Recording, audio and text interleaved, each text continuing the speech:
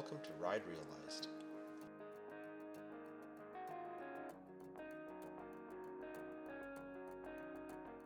So I'm just on my way to my local Kove dealer. They've agreed to let me use their 800 Rally build to do a comparison video of my Pro versus their Rally to check out a lot of things that we've discussed that are different between the two bikes and might be useful for anyone looking to pick up one of the 800s but isn't sure what would suit them or what the differences are. It's a lot more than just the suspension.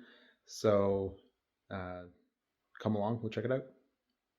So I'm here at Dualsport Plus in Brantford, Ontario, Canada. The guys here have been nice enough to let me use their Rally for the comparison video. Dualsport Plus is the Ontario Kove dealer, as well as the Canadian distributor for Outback Motortech and Endurostan luggage. So come inside and check it out. I really appreciate these guys letting me come by and do this. So this is the custom Rally that Dualsport Plus has built. They've put on Outback Motortech crash bars and skid plate, the same as we've done on mine. He went with the SKDA graphics kit as well. I think his came out much nicer. I really like the black, red, and white that he's done. So let's go through some of the differences in the two models. We've actually discovered a lot of them. So starting at the front, the Rally comes with the CST EX01 tires.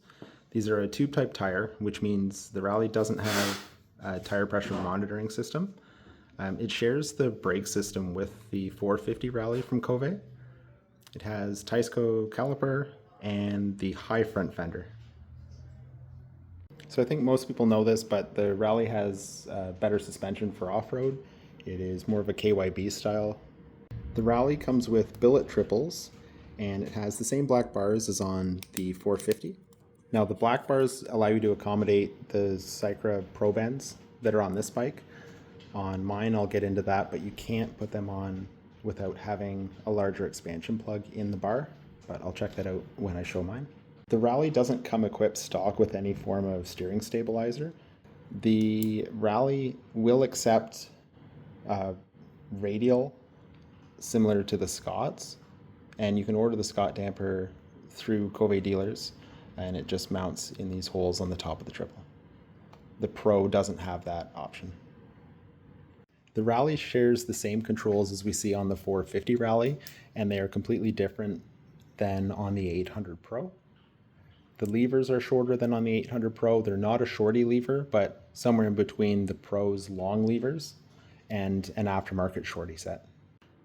Beneath the left panel, there is a plug that doesn't go into anything. We still can't figure out what it goes to, but it has a handy 12-volt switched wire to it that companies like Heltech use as their connection point if you're running power distribution and you want to run it off of 12-volt switched.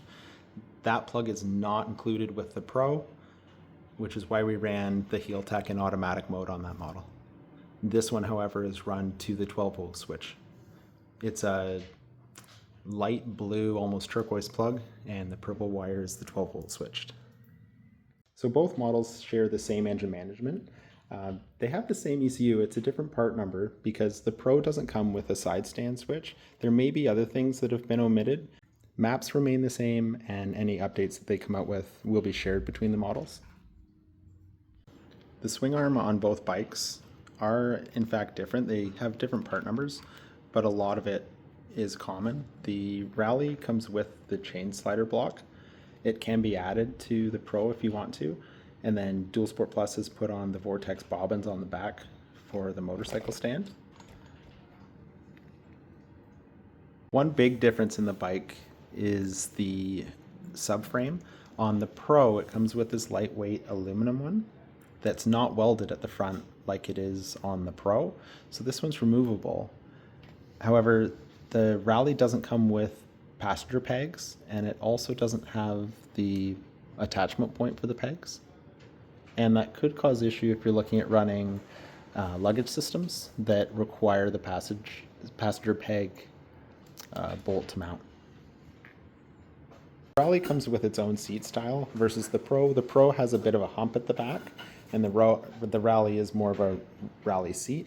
And the Rally doesn't come with the rear luggage rack that we see on the Pro. It does have the attachment points, however, so you could get one and bolt it on. On the Rally, it's a single rotor, and on the Pro, it comes with dual rotor on the front. I really like the rear master on the Rally. It's all integrated with the reservoir, whereas on the Pro we see the master on its own independent with the line run up here and a plastic reservoir at the top. We did look up the rear rotor, and it is different between the two bikes as well. So we're not sure if you could simply order this and use it on the Pro. I think the integrated master and reservoir is a lot more protected. I feel like the Pro's reservoir is a bit exposed, so I might replace it with just not plastic. And the final thing we found is for the exhaust hanger. On the Pro, it has the passenger peg integrated into it. I want to delete my pegs on the Pro, so I've ordered this bracket. It should be universal. So I'm back home in the shop now. Let's go through the 800 Pro and maybe highlight some of the things we saw on the Rally that are different from the Pro that's here at home. I'll try to do it in just a couple takes so it won't be like the last one where there's like 20, 30 takes. Speed through. Okay, so with the 800 Pro, we see it's got the Scorpion Rally STRs, dual disc up front, different caliper, tubeless tire pressure monitoring system. And then forks are different. We have the low fender, the steering stabilizer there, different triples. The handlebars you can see are different. The opening on this end where the bar and weight is what has trouble accommodating Barkbusters or Cycra's stock. You'll just need to get the larger plugs for them, the expansion plugs. They should be fine. We see the levers that are longer than the others. Again, they can be replaced with shorties if you want to. Different adjustment in the suspension. Suspension on this is more of a Showa style. You see there's nowhere for a Scott's radial damper on the top of the triple. The buttons and controls are different. As we make our way back, the seat, you can see it has that step up in the seat for the Pro version. We have the luggage rack. Pegs and everything are the same. Side stand into the swing arm. You see that the chain block isn't there, but I do have the chain block for the Rally, and it will bolt right up. Now the Vortex spools that I've gone with are the axle slider style, so a bit more protection, and they fit the same as the ones I showed you at Dualsport. If you're looking for what they are, it's the company's Vortex, and it's the SP531K, which is the 8mm slider spool. And then we have passenger pegs. So again, here's the connection point if you're running panniers or rackless support systems that we don't see on the Rally. There is no side stand switch. Again, it's just not here. It's not wired into the ECU, which I think is pin 18. As far as I understand, the map on both bikes is the same. It's the same updated maps that Kove have launched. We see there's a different rotor on the back. Again, the master that's independent of the reservoir. Notice on the Pro that the subframe is welded on. It's not removable like on the Pro. And two others that I forgot to mention. We were curious at the shop if the sprockets were the same. It is the same 45 tooth 520. It's called the 45 520 GXLL, and that's on both bikes. I'm assuming the front sprocket is the same as well. There's aftermarket options available, I think, as KTM parts. And the last is the adjustable brake lever, where you can actually adjust it here. So this is just an overview of what we've found so far, just in the couple weeks that I've owned the bike. through going on owners groups, what we've seen through the shop, installing a lot of the parts. If you followed along, we sort of pick things up as we go. I'm actually surprised at how much is different between the bikes for a bike that I thought was similar, other than just the suspension, with one being less of a rally off-road bike and one being more so. There's quite a bit different. I feel like a lot was left off the Pro that the Rally got, but the Rally has a significant price jump.